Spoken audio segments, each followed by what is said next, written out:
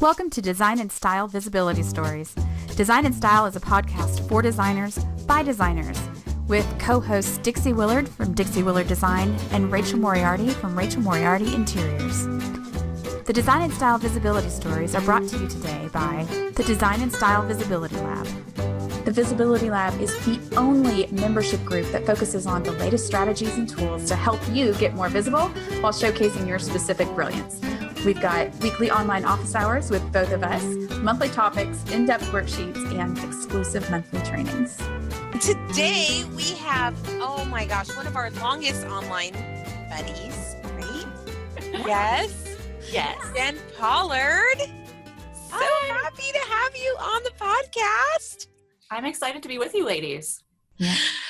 So tell us a little bit about you and your design firm. I know you've just niched recently, so I did. I recently rebranded and kind of relaunched. I've been doing Park Place Designs, which is online only. I've been doing it, I think this is my third year. Sometimes it feels like forever, and sometimes it feels like I'm still a newbie. But this January, I dedicated myself to kids' rooms, which is really where my heart has always been. I have two boys, and my college degree is actually in early childhood education. I was a preschool teacher. I love kids, and except for when it comes to my own, I have lots of answers about them. But their rooms are just fun to design. Like, they don't have to be serious. They can be, red and orange and pink, and yeah. Mm-hmm. I love that. I don't know if you knew. Did you know I had a children's store? I used to own a children's store. No. Yeah, I used to own a children's boutique. So when my son, he's going to be 18, he's getting ready to go into college. But when he was little, I couldn't find anything. It was different than it is now. And so the clothes, I couldn't find cute clothes, and I couldn't find unique boys furnishings. And so that I love to like treasure hunt and thrift and stuff, so I would take that and I would repaint and all that stuff. That's how I got started in interior design, was through this children's store. And my clients would come, and then a year later they would say, can you do the big boys room, big girls room? And then they would come back and say, do you do home offices? So literally that's how I got my start. And I wish I did more kids' rooms. I love how whimsical you can be in there. They don't have to be perfect. Yeah. It's just so much looser and creative. So I'm totally jealous of your niche. And can we talk about the fact that kids' rooms don't have to be the perfect Pottery Barn set? One of the things I love the most about your designs is they're very individual and personalized and beautiful, but they're not, you can't buy it in a kit. I mean, you can if you go to Park Place Designs and buy a package. There you go. But it's not the one that we all think about, where you just go to the store and you go, I need this, this, this, and this. You don't even leave that one aisle and you're done. Right.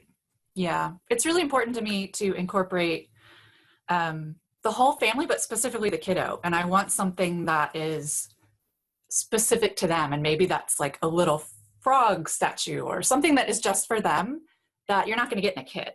Mm-hmm. So I like having those little inside jokes. And actually, so Rachel and I have a similar approach to kids' rooms. I think I've heard you say this, Rachel, that you don't buy a lot of kids' things for your kids' rooms. I don't. A lot of the things, yeah. I mean, some of them will be, of course, because they need to be child-sized.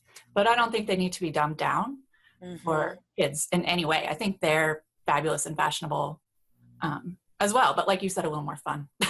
Yeah. No, my daughter's room is all like Hendredon, like French antique sort of stuff. You know what I mean? That kind of a look. And then my son's just normal Ethan Allen that he's grown. I mean, it's grown with him. And yes, I will put the little, of course, when they're little, put the little upholstery chair in there and whatever. Yeah. Those change out, but the big pieces, no. When I did e-design for kids' rooms, because that was basically what I did for Williams-Sonoma, was their Pottery Barn kids, I had the most fun pulling from their other brands I can't tell you how many kids' rooms I did that had West Elm all over it. Yeah, there was a crib in there. That was about the only thing that came from the kids section. Yeah. The rest of it was just fun. Some of my favorite designs have started at Anthropology. And that's not just kids' rooms, but some of the best kids' rooms have started because they have larger than life, gorgeous things, whether it's a rug or a pillow or whatever. No, just the details, like some of their things have, like the pom-poms or their tassels that make it sort of perfect for a kid's space. Yeah. Yeah. That's awesome. So we've known you behind the scenes. You've been very behind the scenes. You are an amazing, one way you've always been visible, and you've really, we both are in awe of this, is your writing skills. You're a great writer. We love how you write. So you've always been visible in that way. I know there's a lot of people that are even afraid to hit the publish button when it comes to blogging. So you've always done that, and now you're sort of coming out from behind the keyboard. I'm trying. I'd love to see. No, you're doing live streams, and let's talk about, because did you start a group, or you're starting a group? You're considering it. All three. I considered it last weekend, and I decided it was a good idea. Good. And so I invited a bunch of my current friends that I know who are mamas. It's basically a group for mamas to be able to talk about things in their house that they're working on, or that they'd like to work on, or that they're stuck, but also just a place to kind of let your hair down if you need to just say something like, yeah, an awful day today. And a mom will be there to say, it'll be better tomorrow, or I had one too, or I don't really feel like mamas have enough places to be real, especially on Facebook. So yeah, I like to help mamas in general, and I think design can help a lot of the problems mamas face. Yes. So. And I have seen quite a few of your articles that directly address ways that design can help the mamas keep their sanity. I think for me personally, it's easy to put everyone's needs ahead of mine and not consider my own, well-being. And I think that's super important for your kids to present them with a healthy parent, and to model for them, taking care of yourself as opposed to just putting everybody ahead of you. So yeah, I think mamas need to step up and take more me time, or maybe make a bedroom. My bedroom is my sanctuary.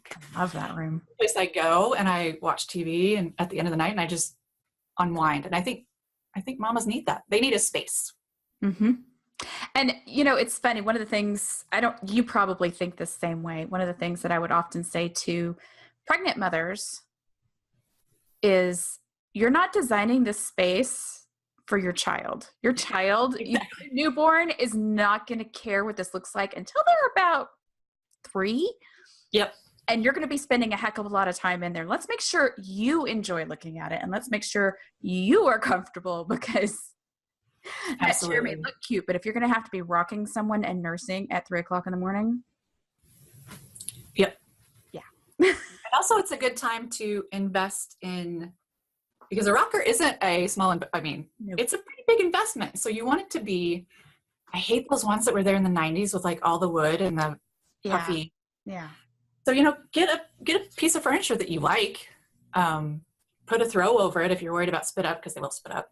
Yeah. But, pick a piece that you can use other places in your house, or that like you said, you like seeing for 3 years, that you don't get tired of looking at.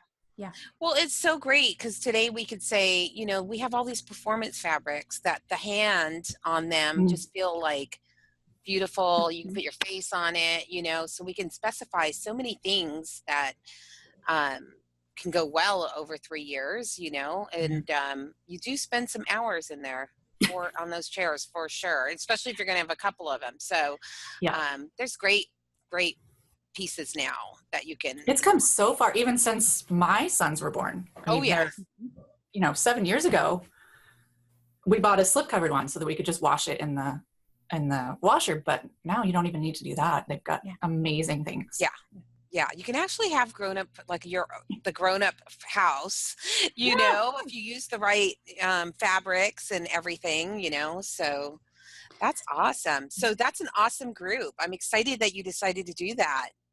we'll see how it goes. I'm looking to you ladies for inspiration because you guys have definitely taken this and ran with it. I didn't realize how many members you guys had until I looked the other day, and it's it used to be our little quiet corner of the interwebs, and it's not so quiet anymore. And it's been 1 year? Yes. 1 year. But what I love is like the thing that happened with us is what we needed, we didn't see. So we created it. So you're a mom, you're in the trenches with the mommies, you're coming, across the same problems that they're talking about, and you're not finding that support anywhere. So you created it. And sometimes we do need to step into those kind of leadership roles. And that, that's been a word that hasn't been easy for me, leadership. I'm not I've always been in a support position for most of my, definitely different careers I've had. Like with art directors, I was always the assistant. I was always like, creating space for other people. But this is like the first time we're like, hey, this isn't out there. So let's step into this. So, and it's a great time, right? This, it really is. You feel the women's momentum going on. And I think it's time to step into some of these leadership positions as a woman. So that's amazing. I love that. Let us know if there's seriously any way we can support you, because we've come across all kinds of things with the group. I will. So I'm speaking of being sort of like the second in charge, or the like sort of just behind the scenes. Evidently I've always been like this, but I sit back and I observe for sometimes a long time before I do things. And then when I'm ready, it just feels right. And I do it, and I don't seem to have that many problems. But my gestation period is different with different things. I was in a group, actually, I think maybe you even started it with your 50-day video challenge way back. That was Misha. Oh, Misha's, Yeah. okay. Mm-hmm. Misha Hetty. I remember getting in on it at like day 25 and looking at you guys and be like, no. And Misha kept at me. She's like, you need to do this. Like, no. And then one day, it worked. It was the right time. It's not quite so scary. Dixie and I work on. Dixie and I call that period getting ready to get ready. I love that.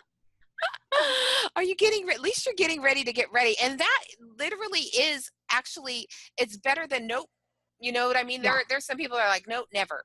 Okay. That's something. But if you're actually like you said, there's a little gestation period, you're getting ready to that is actually a step, right? In the right direction. And so that's great. How about, have you done any of the recorded, and do you do any of like recorded videos? I do more of those. I've actually only done Facebook Live a couple times. And in fact, they're coming up now on my Facebook, this year, last year. Memories. Yeah. Yeah, so I'm able to share some of those again. I actually see, it's weird, like I see you creating videos, and because I know you do e-designs and you do like your concept boards, and I have to see what your videos you're sharing, but I can kind of see like ones of you, and then maybe showing like some slides where you're doing voiceover, and so it's like a mix of, I kind of see you talking through some of your projects and processes, because it's hard. E-design is first of all, it's hard for even today for people to get the concept of that. My husband doesn't. Yeah. He literally can't get the perspective, and I'm like, I don't get how you can't get it, but yeah, and I'm the same. I think, I think some of us, our brains render differently than other people. I mean, I just finished doing a staging in another state, just today. I just sent off the final stuff. The painter was there today. So that is something that you could share, project after project after project. I'm sure you have a ton of boards. I know I love your boards. Your Instagram game is awfully gorgeous. So I know you can put stuff together that looks beautiful. So you've got the writing, you've got the Instagram, you're working on the lives. I'm working on it. I'm taking baby steps. How are you with Pinterest? So Pinterest I kind of have a love-hate with Pinterest. I'm starting to finally see some analytics from Pinterest, but it's things I've posted years ago, so I don't know why they're coming up now, but it intrigues me to post more. But for a while there, it really wasn't rewarding. It was like I wasn't seeing any feedback, so I kind of stopped. But it's so visual. Yeah.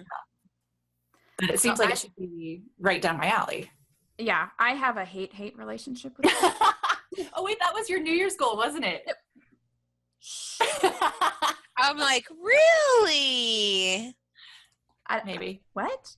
I can edit this. That's okay. I was supposed to get SEO optimized, and I'm still not. So. So what does this year look like as far as your stretch? Do you have any stretch visibility goals? Like, I know one of the things that I've seen you do this last year that I love, that I think you need to do more of, is show yourself. Oh. Yes, we know you write beautiful. Yes, you have a beautiful Instagram feed, but I love when you show yourself. I really do. It doesn't come naturally, but I am trying. Yeah. So I think that could be one of your stretch goals. Yes. For sure.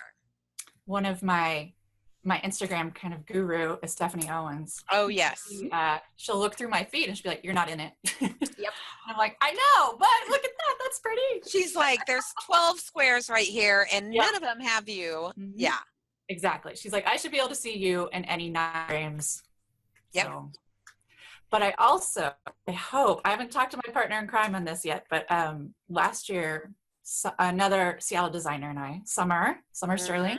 Yep. And I were putting together a local workshop on eco-friendly nurseries, because she is the eco-friendly queen. Yes. And, life happened, but we have it mostly ready. So I'd like to roll that out this year if things work. And then we were thinking about, if that worked, a way to present it online as well to a larger audience. Facebook Live it. Sorry? You mean webinar style or? Live it. Oh, I didn't think about that. Yeah. Just go ahead and but have it going, watching you. I don't know if I can. You're already, it's not any more intimidating than already getting up there. See, it's true. It's like 2 forms of visibility in one, and then you have it. You can download it. You can edit it. You can re-upload it and go, or something like that. Yes. Funny face. I like that idea. We'll see what she thinks of that idea. Summer, I just volunteered you for something. She's great live. She really is. Yeah. She's very comfortable. She's very authentic. Yeah. Amazing. So I'll just make her speak and I can, run the computer. Yeah. I remember one time I reached out. I can't remember what group we were in, but we've been in a couple groups together. We have. And I think we were talking about maybe making videos right back when we were starting to do it. When you were starting to do it, not me. And I said something about how terrified I was of it. And you replied and you said, it's not easy for me either. And it really struck me as, wow. I mean, I would never, ever have known that you weren't comfortable, and you did such a nice job of it, and that you made yourself do it and then reaped the benefits of it. Yeah. So, still, I mean, thank you. Oh my gosh. Thank you. We were talking about, you've heard you teach what you need to learn, right? I haven't heard that, but it makes sense. Yeah. And, fear is the biggest thing that blocks, our visibility. And once you push past that, it's really more of like a maintenance. It's almost like when you lose weight. Yeah, you can hit your goal weight, but how do you maintain it? So it's like I got past the fear, but doing this helps me stay visible. It's accountability. That's true. That's true. That's a good point. So, yeah, it still worked for me, even 400 and something videos later. But yeah, it takes. And I will say, for me, having a set, because I started with recorded videos because I was like, there's no way I'm starting live. It's just not happening. And I would bash my head against the wall doing like 1,000 takes in one afternoon. But when I started doing Coffee Talk in the Design+Style Club, and I set a time, I was like, okay, I'm going to be here every Monday morning at whatever time. It's changed now, and it's even bigger and better. But just that little bit of a push for me made so much. You said accountability, and that's what it was. It was that, okay, people are going to expect me to be there. I better show up. But the best thing is just learning how to laugh at yourself. You're going to screw up. I don't, everybody who's seen my 3 minutes of silence video. So it happens. Yeah, I think that's the best thing is I think that's the key is just to be able to laugh at yourself. I think some of the highlights like that clients have said to me is watching when something goes wrong, just seeing my reaction. Yes. And I think it translates because something always goes wrong in projects. Have you ever had a project go right? And it's like, how is she going to react in the moment? And that for me has been like an outcome that like was completely unexpected. Like, oh, yeah, I didn't realize that that was actually a cue for them. Like, oh, I could work with her because, she laughed when that happened instead of getting upset, or, you know what I mean? So it's different. It's so crazy how visibility is. And, there's so many different strategies. It doesn't have to be Facebook Live. Everybody has their strengths, but you are definitely need to celebrate what you've already been doing. For sure, because you're an amazing writer, and like we said, your Instagram feed is incredible. Thank you. We just want to see your mug a little bit more. Yeah. What I love about you guys is, well, okay, I don't mean this to sound in the wrong way, but you're kind of the little engine that could, because we started this group, and I remember being one of the first members of this group, and you ladies, I mean, you went 100% for it, maybe 150% for it. And you've exploded, and, you keep learning, doing new things. Like Dixie said, she's online every Monday at 9:15, my time. And you keep challenging yourself. So you guys have really, spoken to me as led by example. And the fact that, I love that you guys are connecting the communities. Like I had this thing about, I know who my Doma is. I like them. I like their stuff. And when you guys talk to them, it sort of bridges a way of saying, like, I think you're bringing the community together in a way that I would never have reached out to the My Doma ladies if I hadn't known that you guys know them. You know what I mean? Yeah. So thank you for making our community friendlier and smaller. Aww. More accessible. That's just, for me, that's one of those things that has been, I know, one of our biggest goals. Of course, helping people with disability, but bringing people together. Yeah. So it warms the cockles of my heart. Because it used to be in the group, I would post something and I would know everyone that responded. And Right. I love that. Same with us. We used to know everyone too. Yeah. But it's introducing me to new people. I'm like, who are you? Oh, I really like that style. And then you sort of build up a camaraderie with them. And when I had no idea there were so many different ways to approach interior design. And that was just my ignorance. I had no idea. There are vegan designers. There are at assisted living, as you grow older, that's a specific niche. Universal or aging in place. Exactly. Yeah. Aging in place is what I was thinking. I'm learning daily from this group. So are we, just by interviewing different people and talking, to them about their niches and like Cheryl Janis does healthcare, just strictly healthcare. And yeah, I know it's incredible. It's been such a blessing to talk to everybody. So thank you. It's also nice to know that, because I think interior designers get a little bit of a bad rap as being cold or snotty or not friendly.